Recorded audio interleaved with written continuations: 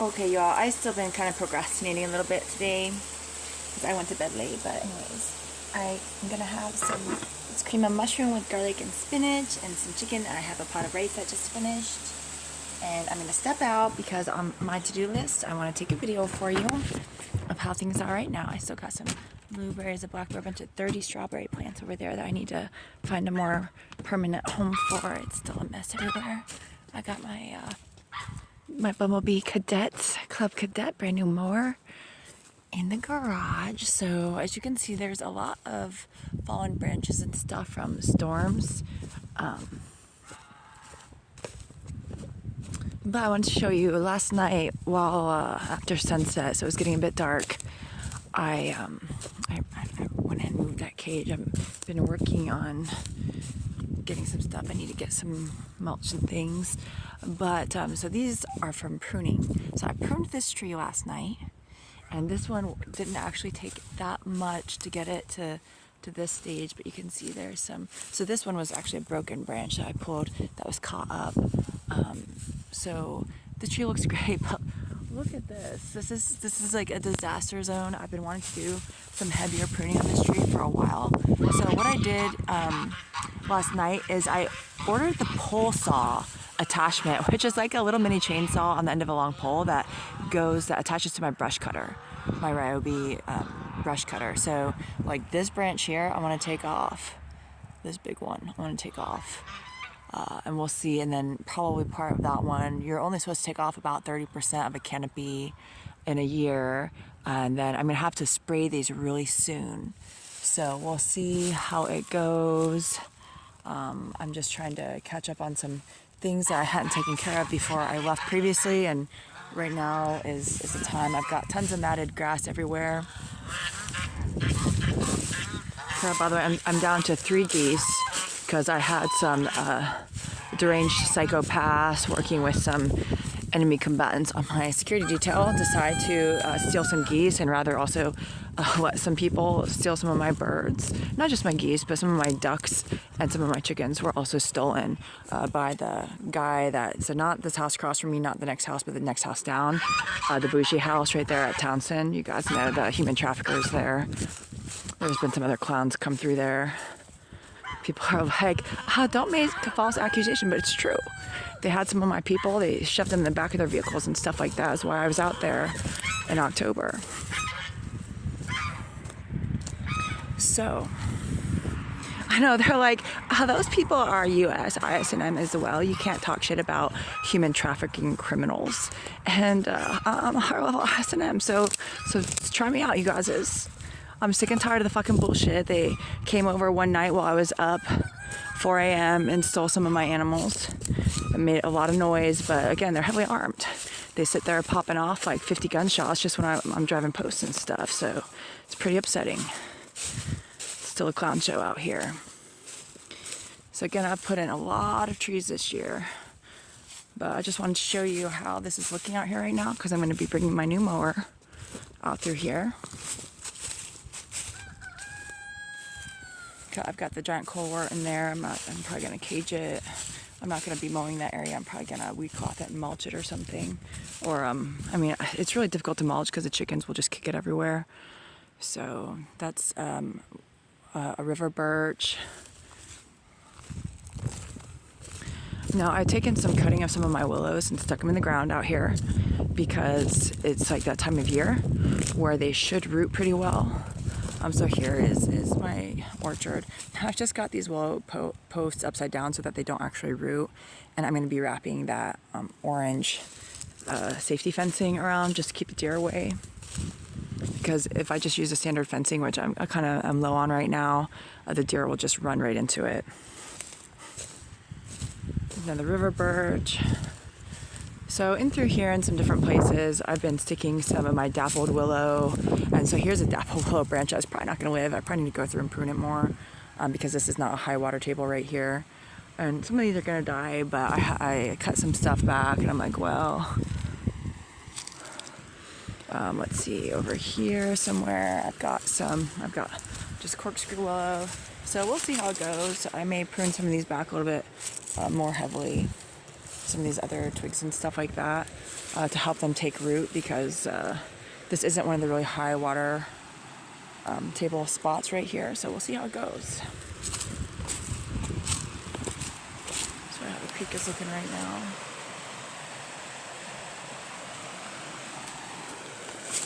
Gonna take this thing out here. But I just wanted to do a sort of beginning of the year video of how it's looking. I spent some time, I mean, you might not be able to tell because there's still a lot of stuff everywhere, but I spent some time clearing some brush and fallen twigs and things like that.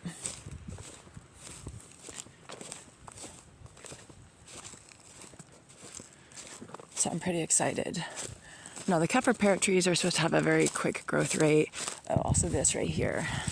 Some of you guys might remember I was moving some of this, but this is from the washout from the big flood that came through some years ago. I was just working on leveling it out, and then I may at some point have some more gravel pack taken and turn this into like a little parking spot, because I'm gonna have orchard going back in through here. Make it a little bit easier for me to pull something, whether it's a trailer or something on my lawnmower. But we'll see, because I was going to set up a roadside stand right over here for like my nursery and stuff when that gets going. But again, I've had people just starting to steal everything, because it's pretty common out here. People do like a self-serve, like firewood and some different things like that, and they'll just have a lockbox for payment. I was going to put up like a PayPal address too, so that people wouldn't have to give too much. Like basically, you know, because there's no change. But yeah, this is my brush pile that I did yesterday. So this, we'll see how it goes, because this is kind of a low wet spot. This is a big chunk of dappled willow, and it's got just like a little bit of stuff going here because I cut a lot of it off. So we'll see how it goes. There's my golden curls willow. And I've got some of the dapple willow in through some different places, and some more corkscrew willows just stuck in. And I'll see how much it takes, but it didn't cost me anything to cut off a few pieces and stick them in the ground. So this old apple tree, also disaster. But yeah, I had to basically pick up all that stuff so that I can start getting the mower in through here. It's hard to tell. Now these boots I've got on are oversized because they were my father's, but there's a lot of these grass chunks coming up. And again, I didn't really get to mow through all of here super well. I got to go through, I'm going to keep some of these willow areas because some of these have like those sedges and stuff that I really like that are going to be coming up. So I like to keep some naturalized areas up here, but then some of this area that overgrew while I was gone. Some of these little ones I might send the mower over, but some of these I'm actually going to go through and cut down to the ground with the clippers. Because there's some different big stuff, and again, this was stuff that kind of invaded just in the couple years that I was gone. And there's just willows invading everywhere, which they're a really useful homestead plant, but needs to get in control. So these will basically start growing as though they've been coppice. I just went through here with the brush cutter last year, if you remember. So instead of growing as like the neater poles, they'll start bushing out. And I'm just gonna have to see how much of this I'm gonna keep over here. It's also a good fodder source for livestock, so it's got different value.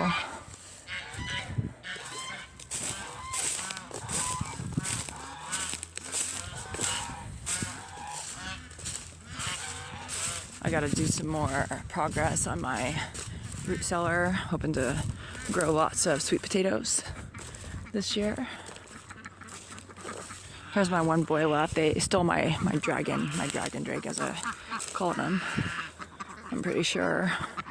And then they targeted my light colored, my female ducks with the lighter colored faces so that they would be identifiable as mine. So out of this, they the last goose that they stole after the two was one of them. It was the mate of the taller male goose.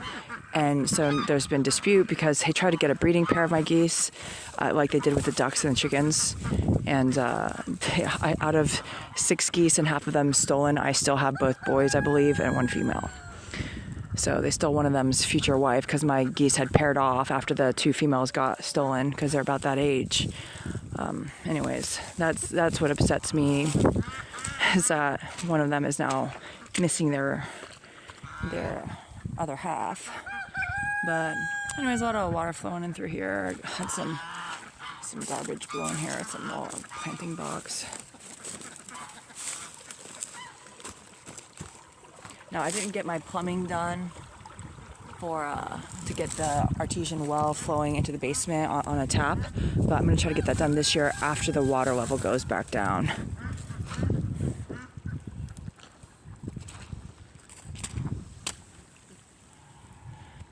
So if I could actually try, do this through the pathways a little bit better because it's washing out in some different places. Now my drain all the way back there in the canal got plugged up, and so it was flooding a decent part of my lot, and the waterfowl were just going insane, having a good time. So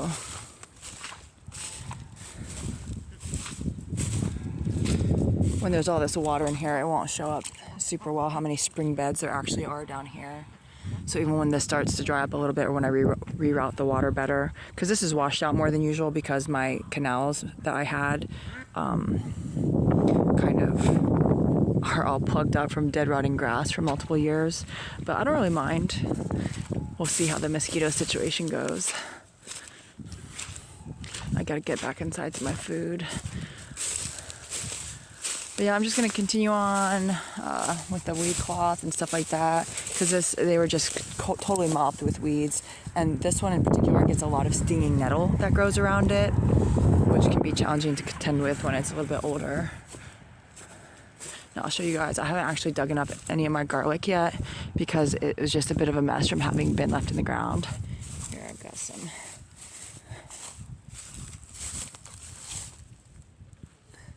Some of those have gotten a little more entrenched. But I'll show you how my garlic is growing right now, which, at least I have it. I don't know if I'll ever be able to restore it for seed. But this at one point would have been a single bulb. This was, I believe, early Italian garlic right here. I'll have to look at the sign, but so because it hasn't been dug up and replanted. Now these greens are still edible. Some people actually plant them in bunches like this in pots to eat the greens. Good.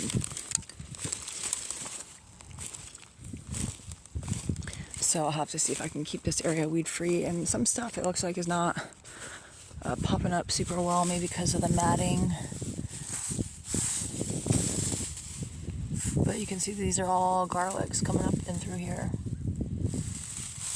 that just haven't been replanted for a couple of years. So in order to sell those as seed, I have to have them tested for fungi and nematodes and stuff like that. But I can still use it to eat for myself, including, for the health benefits and stuff. So to try to keep this weeded will be a nightmare. So we'll see how it goes, because if I had my tiller working right now, I'd be trying to get that back hill till to maybe move some stuff to, or this lower area. But we'll see how it goes.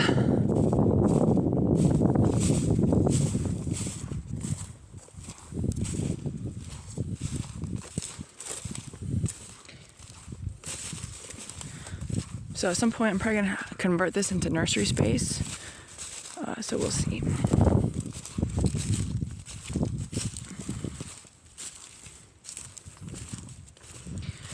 Now, with the bonfire peach tree that I added that's got those purple leaves and stuff like that, I'm going to try to take some of those pits eventually and propagate some different things and then plant a whole bunch of them and then see how they grow and stuff like that. This thing I'm going to have to dig in more. But this used to wash out from this field divot, so I have dug in this little situation.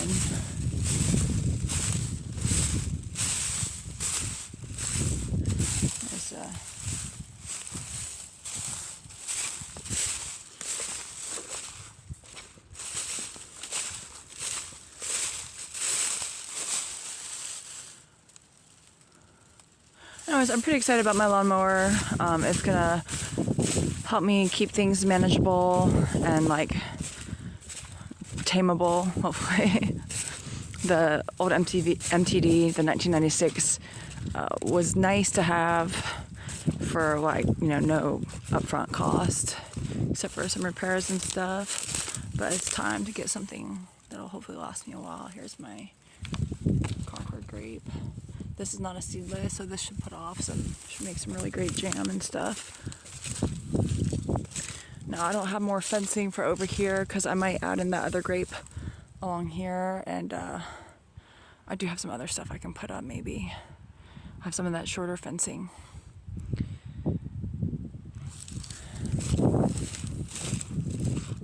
Anyways, taking this video, I'm kind of procrastinating too. It's going to take forever to upload, but it just is what it is. Get that painting beer to get that out there. I'm going to have to bring this hose up first, bring the fruit trees and everything.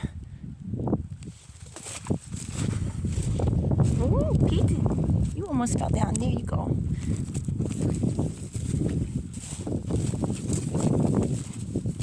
Oops. He's like gonna walk under my, watch, he's gonna flop over. He's like, okay, pet me. Okay.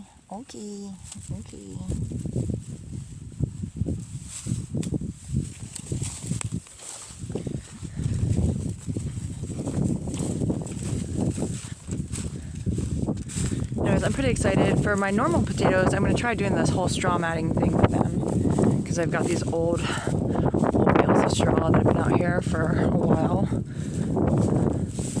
They're like growing grass and stuff in them, or like wheat from, because it's a wheat straw.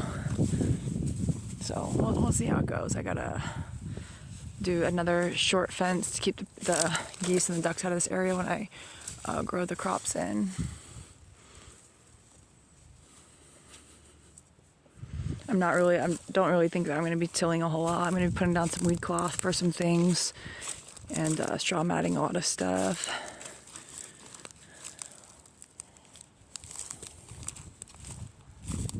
Oh, it looks like my flagpole scallions actually survived the winter out here. They're supposed to be, I think, zone 6, and I had not put them in the ground. These I started before I came out here in like February of last year. Okay, so that is actually really great to know that these were perennial in this zone. Okay, I'm gonna have to go through and clean out for my Humboltzia.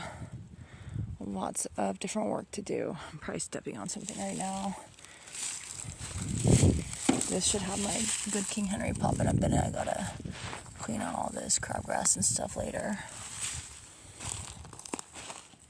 These I'm gonna have to be careful of. This is how big that giant colewort root thing got, but I'm gonna have to fill in with some dirt, and my Siambati are already coming back up. The perennial celery that I planted seed last February. Okay, now some storms came through, and my weed cloth is like all messed up. I gotta put some more landscape staples in, and maybe some weights and stuff like that. This is that area that I tilled, and back when I got back in and put the weed cloth over, and it still looks like this for now. Anyways, if I don't cover it back up, stuff is gonna start sprouting.